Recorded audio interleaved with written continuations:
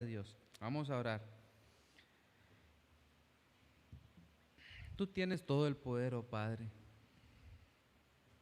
Tú eres el único digno de alabanza, de adoración, y tú estás exaltado sobre todo hombre, sobre toda cosa, Señor. Tú eres Dios.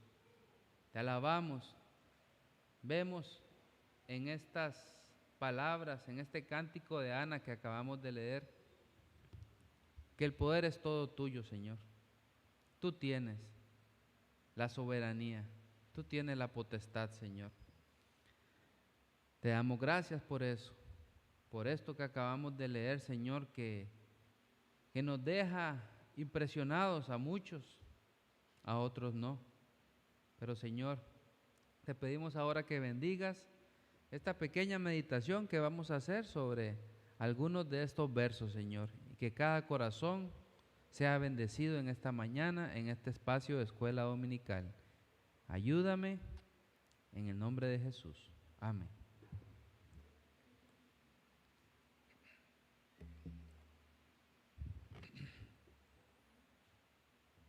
Volvamos a ir al capítulo 2, versículo 9. Dice así: Él guarda los pies de sus santos, mas los impíos perecerán en tinieblas, porque nadie será fuerte en su propia fuerza. Vamos a estar meditando en ese verso de ese capítulo. Y esta frase es parte de la oración de Ana. Ana es la madre del profeta Samuel.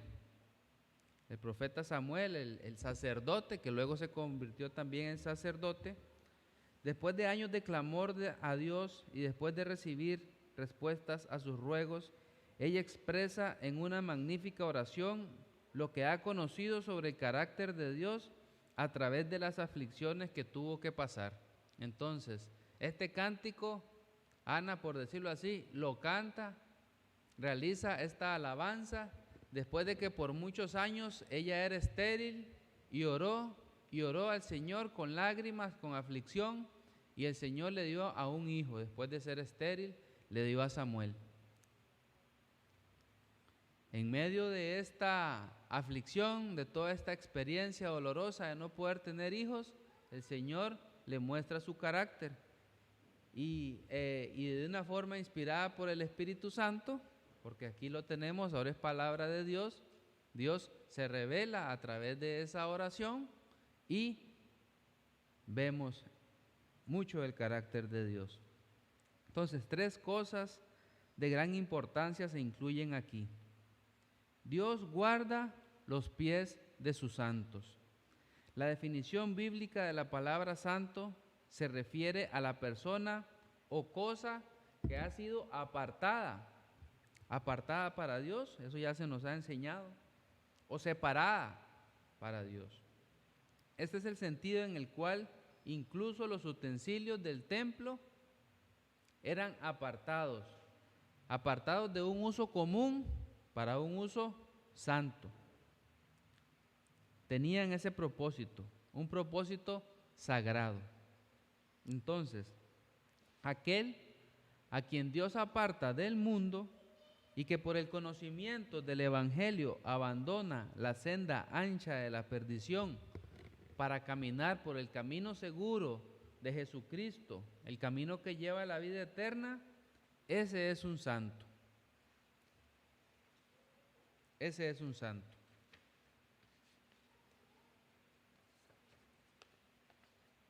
No debemos de perder el concepto porque está distorsionado en la actualidad. Santo se le llama a la persona o popularmente a los grandes sacerdotes de las iglesias católicas, a los papas, a personas en una clase religiosa alta, elevada, ¿verdad? Pero no es así. Hermanos, el Señor guarda los pies de sus santos. Qué magnífica bendición, Él guarda nuestros pies. Qué magnífica bendición. por su Espíritu Santo y su palabra, Él nos guarda. Imagínense qué sería de nosotros sin esa guarda. Esa guarda no ha permitido que tú ni yo caigamos en inmensidad de maldades. En lo que se refiere al pecado, muchos pecados que pudimos haber hecho. Físicamente también, accidentes de los que nos ha guardado, y a nuestros hijos. Él nos guarda, y la prueba mayor y mejor que nos guarda es que estamos aquí, en su iglesia, reunidos, en la congregación de los santos. Esa es la prueba. Bueno, pero si tú te has arrepentido de tus pecados y has confiado en Jesucristo y en su sacrificio único y perfecto para el perdón de tus pecados, y si de todo corazón estás buscando la Biblia, en la Biblia, la voluntad de Dios para tu vida y para luchar cómo vivir conforme a ella, entonces tú eres un santo y Dios promete guardar tus pies. Esa es la diferencia entre el impío y el cristiano. Que el cristiano va a la Escritura y a pesar de su pecado, de su desliz, a pesar de su pobreza espiritual, él lucha para hacer la voluntad de Dios. Entonces Dios promete guardar nuestros pies. Él guarda nuestros pies. Y es necesario que Dios guarde nuestros pies, porque el camino, ustedes lo saben, está lleno de obstáculos, está lleno de pecado, está lleno de tropiezos. Y si Él no guarda nuestros pies, nosotros fácilmente caeríamos. ¿Y quién no ha vivido esa guerra dentro del corazón? Caeríamos al abismo si no fuera por la gracia de Dios que nos preserva en el camino y en este peregrinaje. Los que ahora somos santos, no siempre lo fuimos. No fuimos santos toda la vida. En el pasado también seguíamos el camino de la impiedad. Al hablar de los impíos debemos recordar que no nos estamos refiriendo únicamente a las personas que notoriamente y descaradamente andan pecando en contra del Señor. No, los impíos pueden estar y ser personas moralmente y públicamente buenas, buenos padres de familia, buenas personas ante la sociedad, buenos trabajadores, personas que no son corruptas, que pagan sus impuestos, a veces hasta mejor que cristianos, ¿verdad? Pero estamos hablando del corazón. La gente peca en su corazón.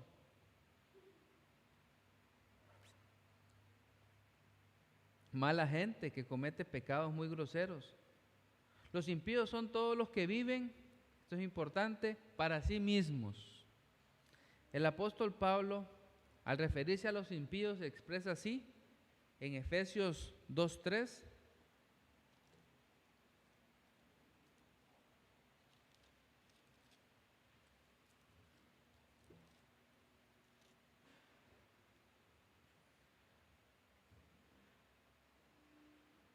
Entre los cuales también nosotros, dice él, vivimos. Nosotros vivimos en otro tiempo en los deseos de nuestra carne, haciendo la voluntad de la carne y de los pensamientos, y éramos por naturaleza hijos de ira, los mismos que los demás. Entonces, Pablo está consciente y él se incluye en el nosotros. Yo también, todos nosotros. Nadie es santo desde que nace, a excepción de nuestro Señor Jesucristo. Pero bueno, el destino de los impíos será las tinieblas. Vean que en el canto de Ana, ella habla, descenderán al Seol.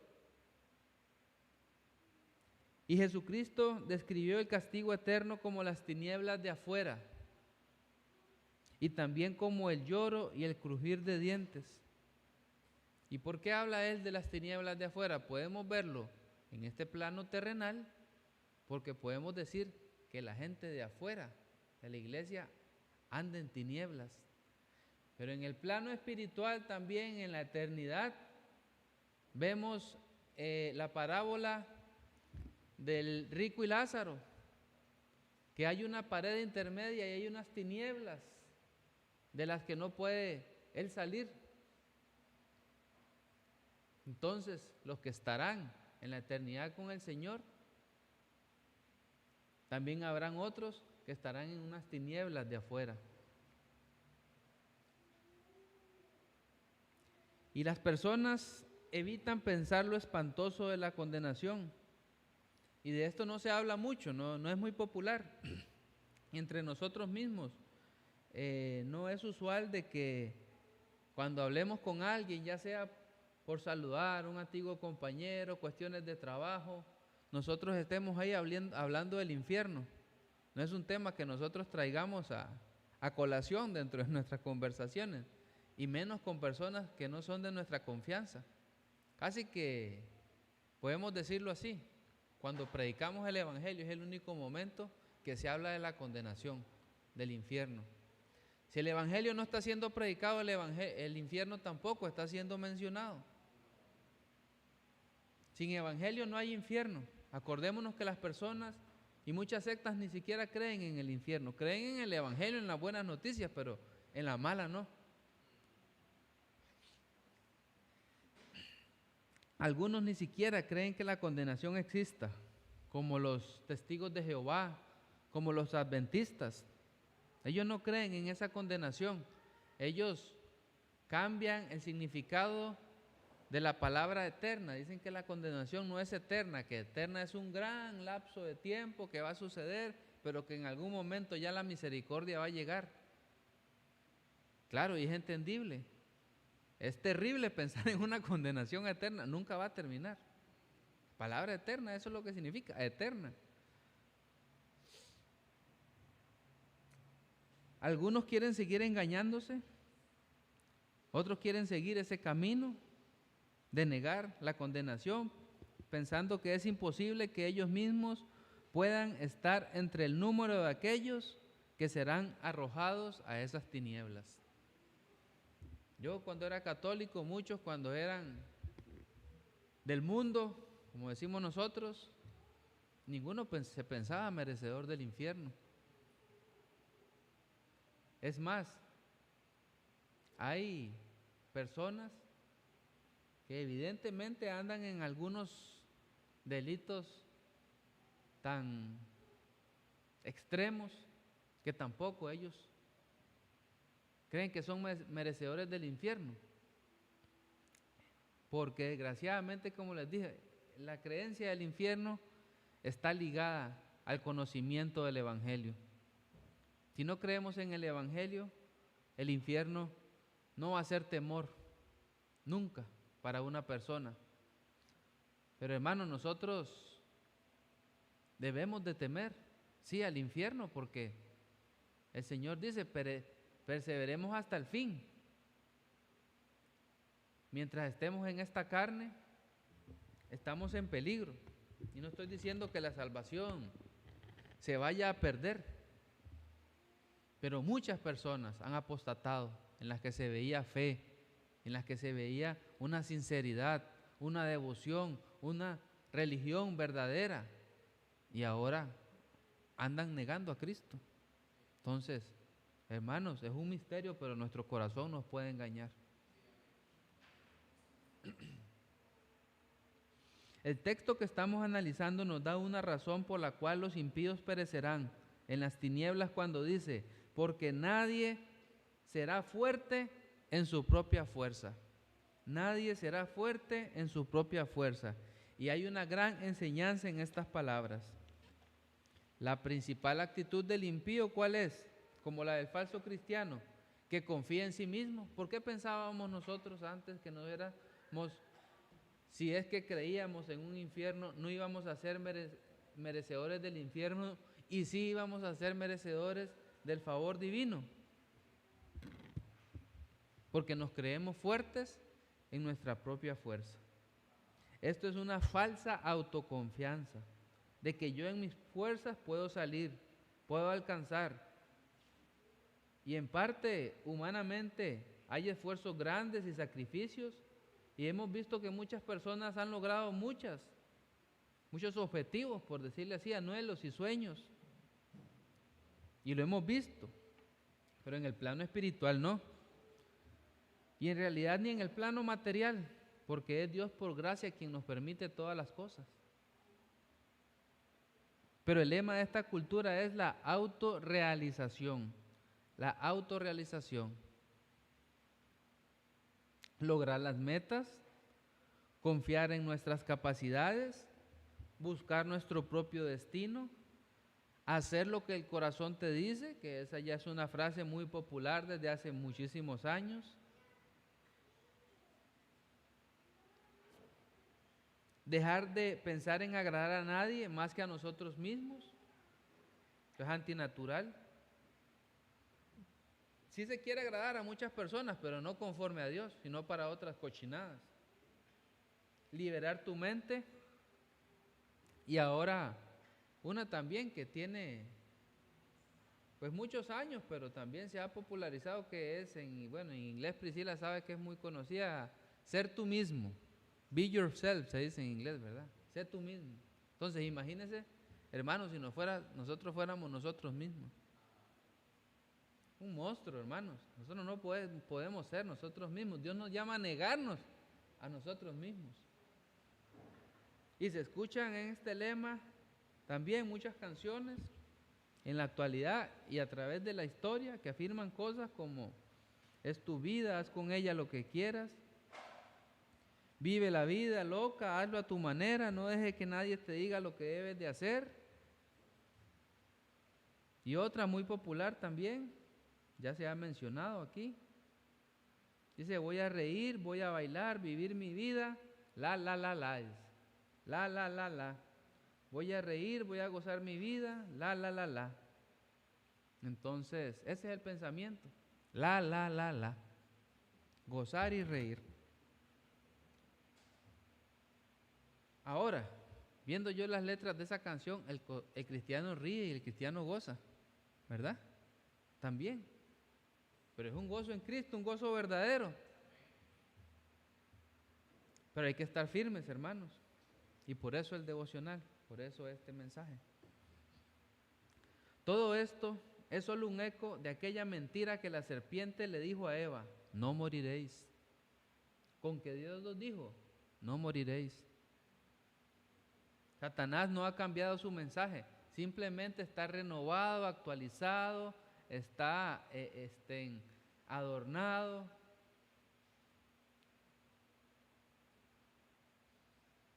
Lo único que lo cambia es la forma en cómo lo presenta. Pero es la misma pregunta, la misma duda del diablo, del Satanás, de nuestro propio corazón, porque nacemos muertos en nuestros delitos y pecados. Con que Dios os ha dicho que no comáis de todo árbol del huerto.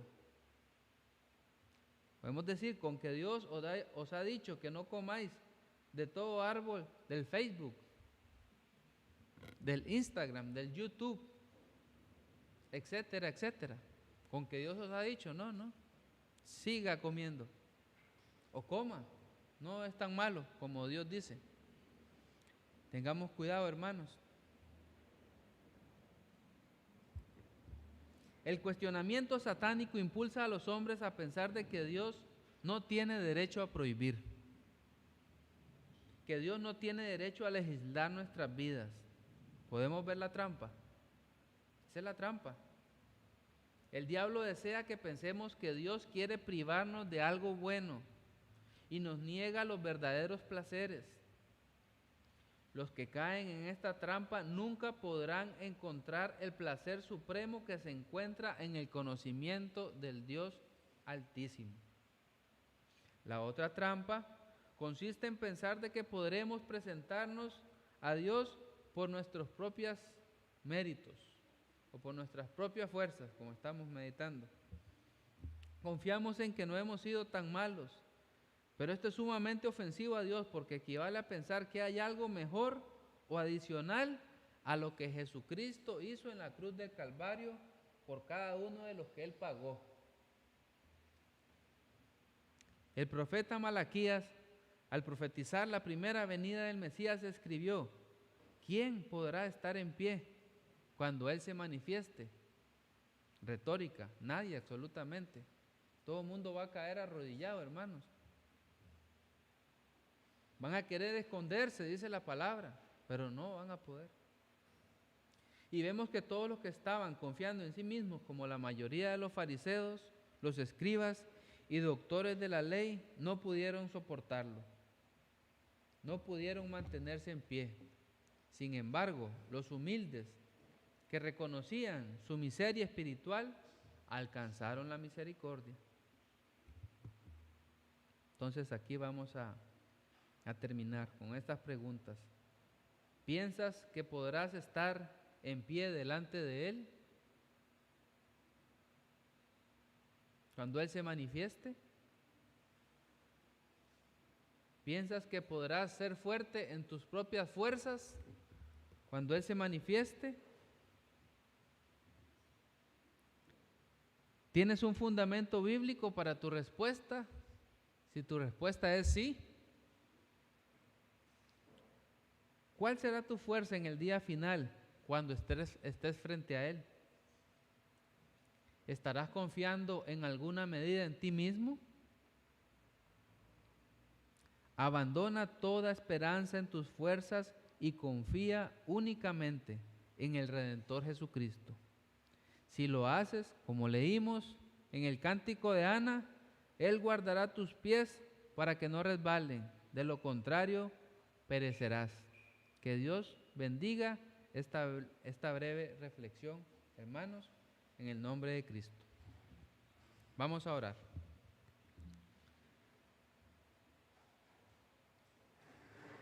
Oh Padre, no nos permitas pensar de nosotros más de lo que tu palabra dice acerca de nosotros, de que somos pecadores y necesitamos un Salvador. No nos permitas creer en nuestras propias fuerzas para que nuestros pies no resbalen, Señor. Guárdanos de caer, guárdanos de creer que ya somos lo suficientemente maduros en la fe, o que ya tenemos el conocimiento de Cristo, o que ya tenemos el Espíritu Santo. Debemos de hacer un esfuerzo, Señor, también, pero confiamos en que tú eres que nos guarda en última instancia, para no volver a la senda de perdición. Bendito Señor, gracias porque fue tu palabra y es tu palabra la que estamos meditando y recordando. En el nombre de Jesús. Amén. Hermanos, entonces